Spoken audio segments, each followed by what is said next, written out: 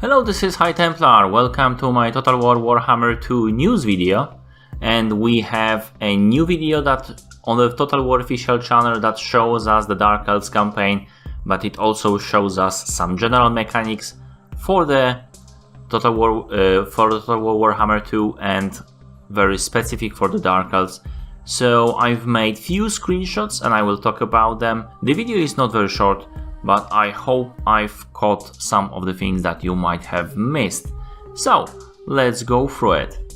Firstly, this is a map. Map is really big and it has a cool overlay. You can see that it's really big because it has lots of regions, and that's not even the half of it. This is the southern parts. You can see that you cannot even see the northern parts from the very south. And yes, you can go to those places. So the map is larger than Warhammer 1 and there is lots of different overlays that you can use on the map. You can actually scroll out to this strategic map straight away. And this is maximum zoom out actually. Or you can, add some stuff to this map to show you some basic information. In this case, you can see how many settlements you have here. This is actually 72nd turn, which is visible here, and you can see that entire Nagorod is pretty big, but there are also other places. So yeah, bigger map than in Warhammer 1, and it's great. Let's see more of that. Now, this place Vault's Anvil is actually a ritual resource site, which means it will provide you with a ritual resource. This is what you use to win the Vortex campaign.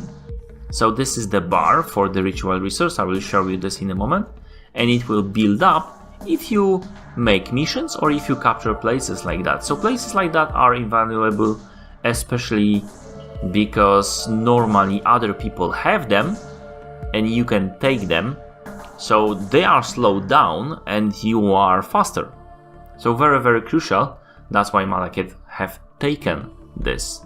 Also, the currency here is for the Dark Elves are scroll of Hectari or Hekari. I'm not actually sure how you pronounce this, but as you can see currently it is 1000 and he's getting from buildings 24 per turn.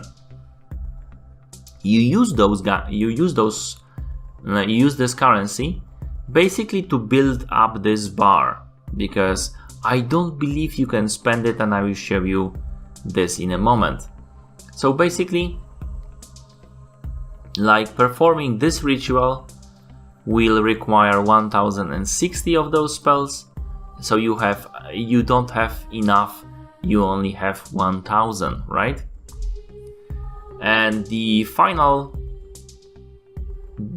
ritual here is when you reach 5000.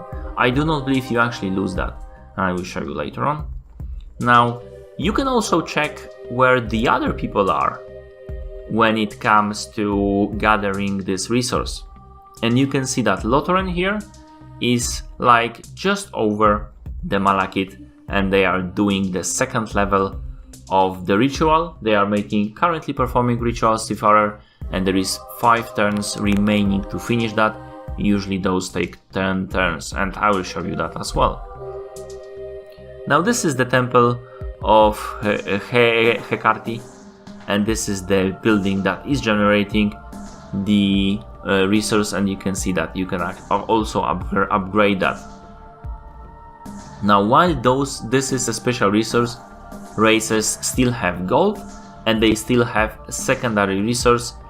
You've seen that in Skavens that this is food, and there is also something for Dark Elves. I will show you that in a moment. Alright, so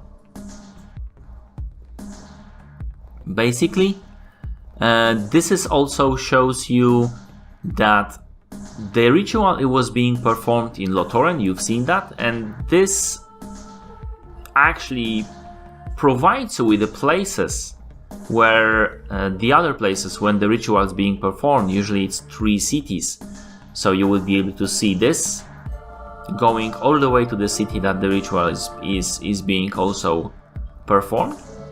And the one is going also to the vortex. Whenever you are performing ritual, there will be a path leading, a magical path leading to a vortex. Now the Malakith is pretty powerful, as you can see. He is powerful melee attacker. He is a spellcaster, he has a very good armor, very nice leadership. So he will be a problem in the battle. He will definitely be, if you are fighting against him, a problem. But you can also see that there is something new about, for example, traits. The traits have levels, and you can see, for example, that the Malakith has good attacker trait all the way to pretty much last but one level. And that means leadership +5 when attacking and the leadership aura size +20% where attacking. So nothing special, but you can start from small and then get better. Also, Malakith doesn't have much health. Now the high elf slave, for example, is giving him pretty nice bonuses. +10% weapon strength when fighting high elves. So this is crucial to have this guy, because 10% weapon strength is really powerful, and also some income from buildings, which is not really that interesting to us right now. Now Malakith has those powers that I have already described, so now your spell powers will be threefolds. You will have 3 levels of that. You will be able to cast a spell, and in the next level you will have decreased cooldown, and finally you will get ability to overcast, or overcasting and then cooldown. But I believe the overcast is the last one, because nobody would take the cooldown. But it will also cost you less. For example, here the Power of Darkness will not only get 50% cooldown, but also -1 power, which is pretty interesting. Alright, so this is Power of Darkness, which actually, interestingly so, regenerates you. So, pretty cool. Yeah. What else do we have? We have mostly of those spells will be shown as well in the video that I will publish in a few hours, that we've seen from the quest battles fought 2 days ago on the stream.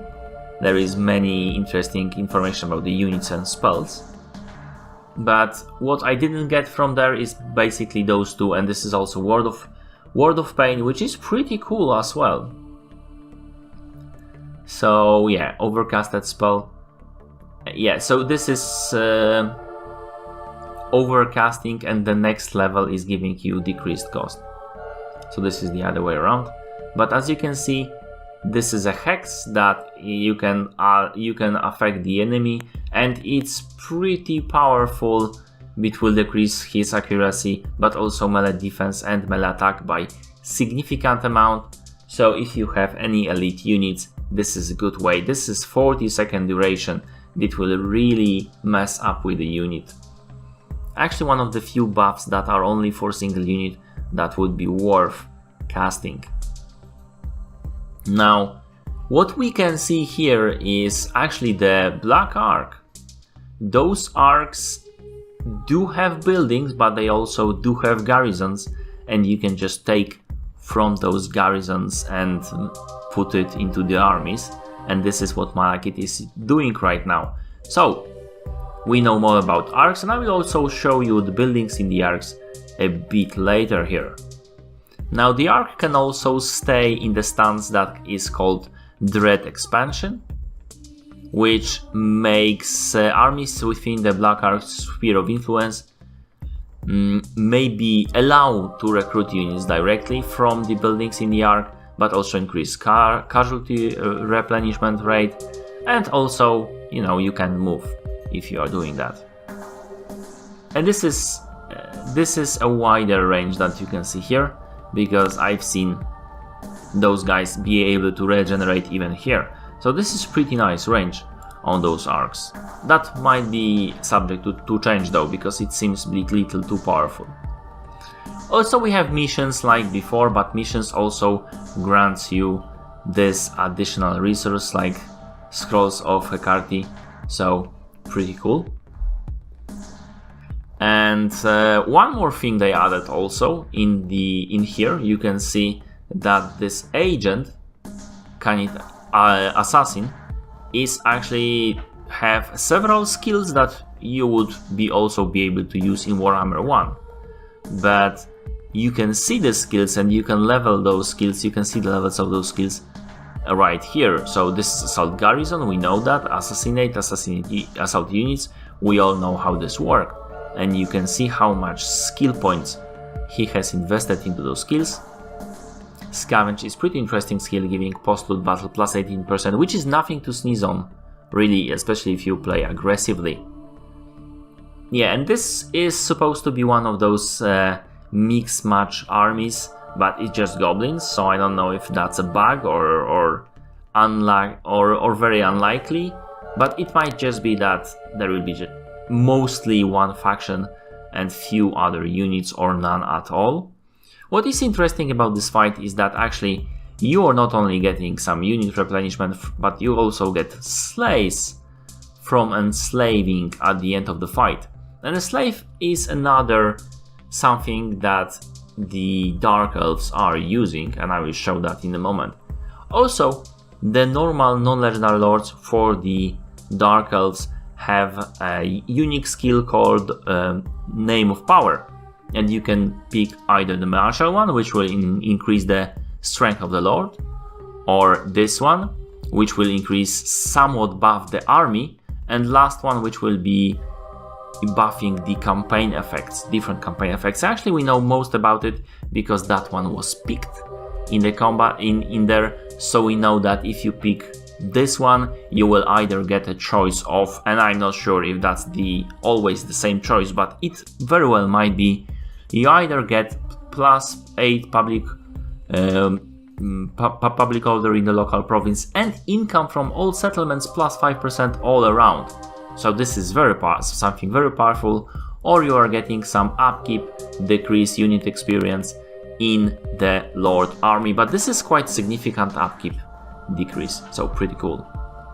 Now, you've seen some ruins and some wreckages on the map, and as you can see here, for example, you can get very nice buffs from there, or you can lose stuff, but the buffs are excellent. You can get for 8 turns some very decent growth and income from all the buildings. That is massive. Now, some increased UI will allow you to choose between what you want to see. You can choose to see the lords and heroes, or set up the animation speed for each faction, or for all friends or foes, allies, that sort of thing, which is very, very cool. You can just choose that for all those and mix match. Very, very, very interesting indeed. Right, so right now we have Sacrifice to Cain is again available. We can cast it again, and we are casting it. And as you can see, these are the options. So these are all the rights, right? So you can make 4 different sacrifices. It will cost you that many slaves. This is how much slaves you have right now. So you pay with slaves. And obviously how long will it take, and what is the cooldown, right? And you can choose to perform, and each of those rights seem to be very, very powerful, especially Sacrifice to Cain, which gives casualty and post-battle route, replenishment rate, income from slaves, income from post-loot battle, and some additional ability to all forces. Pretty cool. You can also get a Black Arc by sacrificing 750 slaves. So yeah, that's pretty powerful. Alright, and this is what happens if the rite is performed. As you can see, after performing the rite, it doesn't seem that the bar dropped, so you don't actually pay with this currency for the rights, you only pay with slaves. Now the slaves, this is a slave interface, and you can see how many slaves you can have in the province, how you currently have, what is the maximum capacity, how much they decline each turn, and the income for in this province and how much income they produce. So moderate 184 slaves in very rich province with very good public order is giving 67 gold. Not much, but if you can get many slaves in there, you can crank those numbers. And this is very cool interface, something that was missing in Rome, when you can pick whether you want to get slaves or stop producing slaves, I mean putting slaves in those provinces, which makes that the low public order places will not get more slaves, which might cause slave rebellion, and we don't want that. And this is how you set it. You set, for example, Nagrod some more slaves and all other places no slaves, and then you sack the settlement and get 600 slaves out of it, or looting with 533. But you can get a lot of slaves, as you can see, from sacking a single settlement, so and also from the battles. So that's very important. You can really crank up this slave economy, like really. Then another something that you can get from the shipwreckage, which is magic drop chance for 10 turns plus 25% and campaign line of sight. Pretty cool indeed. Now this is the Black Ark buildings. As you can see, there is not much, but it works pretty much as a horde. You can get here some recruitment buildings that will allow you to get some basic units, and it seems to be working pretty fine. Now, whenever somebody else is casting, like now the Ritual of the Seafarer is being casted for 4 more turns by the Lotoren, you can raise intervention forces. You will pay for it, but for the 10,000 you are getting a full stack that will be not under your control, but they will be trying to, stop a ritual. So this is very, very useful. Now, yeah, this is rituals that are available, and since you started the ritual, you can see which places are performing the ritual. So the Nagrod, Har Kaldara, and Keldara will actually be performing the ritual, and it might be stopped in any of those places, right? Alright, and yeah, this is pretty much it. This is all for the Vortex campaign. I have the second video from the quest battles, which we know a lot about the units, and if you want to know more about the units or the spells, you can check this out. But if you like something, if you wanted to learn more about the campaign mechanics, how it works, how the Dark Elves manage those slaves, this is pretty much all the information we have so far. So thank you for watching, hope you like it. If you did, press like, comment if you will, and see my other videos I'm doing, mod reviews, DLC analysis, speculation videos, which this one is analysis, and also mechanics videos, and let's play in Total War series and other games. Thank you for watching, and see you later.